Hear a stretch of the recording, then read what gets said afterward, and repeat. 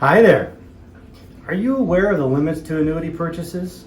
Well, by the end of this video, I'll make sure you know exactly what those limits are and really how they're determined before you go signing on any dotted line.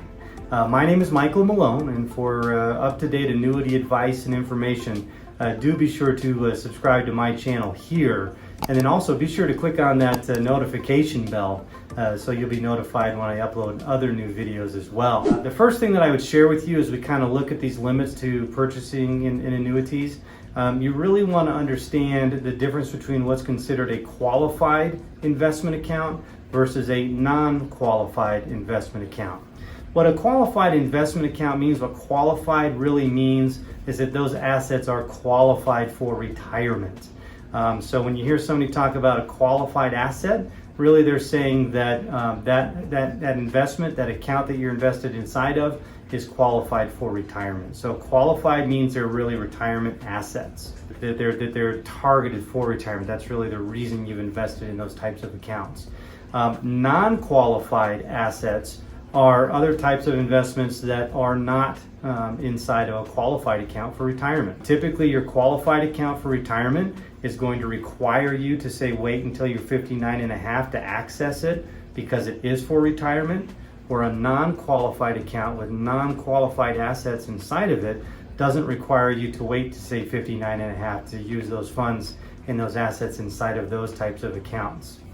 So you have qualified assets which are qualified for retirement, and you have non-qualified assets which are not necessarily targeted for retirement.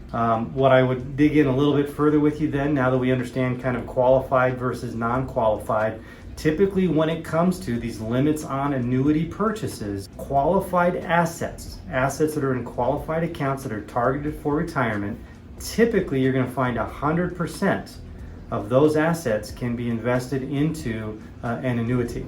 So if that's what you're looking at moving into an annuity, you just basically understand that all of those qualified assets typically are going to qualify to go into an annuity investment.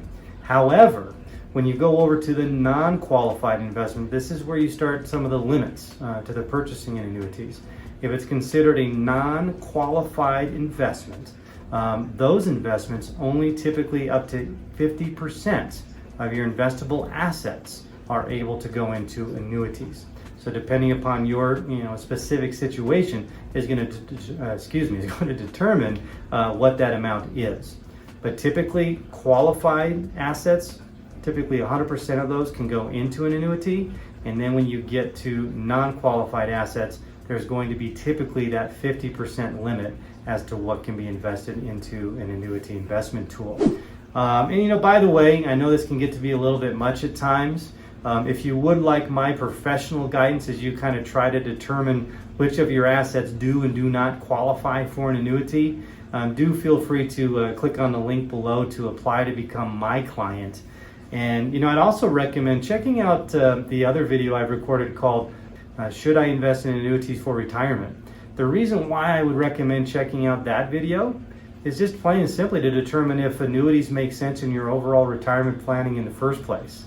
And I'll include the link to that video in the description down below for you.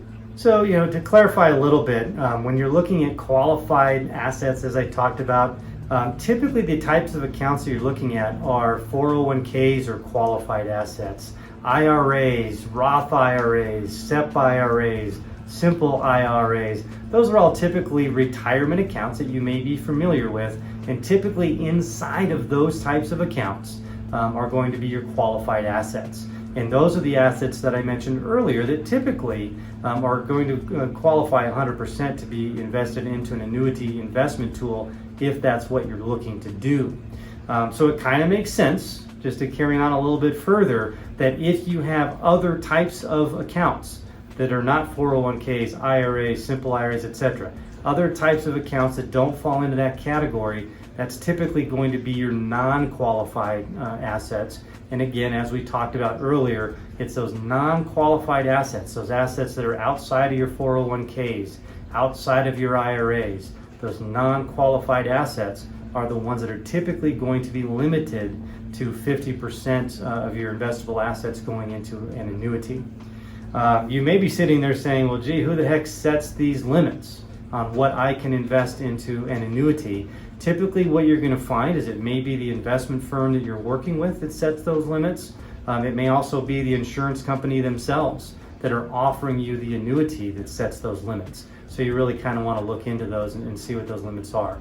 But typically those are the limits that you're going to find. 100% of your qualified assets are typically going to qualify for an annuity if that's what you want to do, and about 50% of your non-qualified assets typically will qualify to be invested in an annuity investment. And like I said before, I know this can be a lot.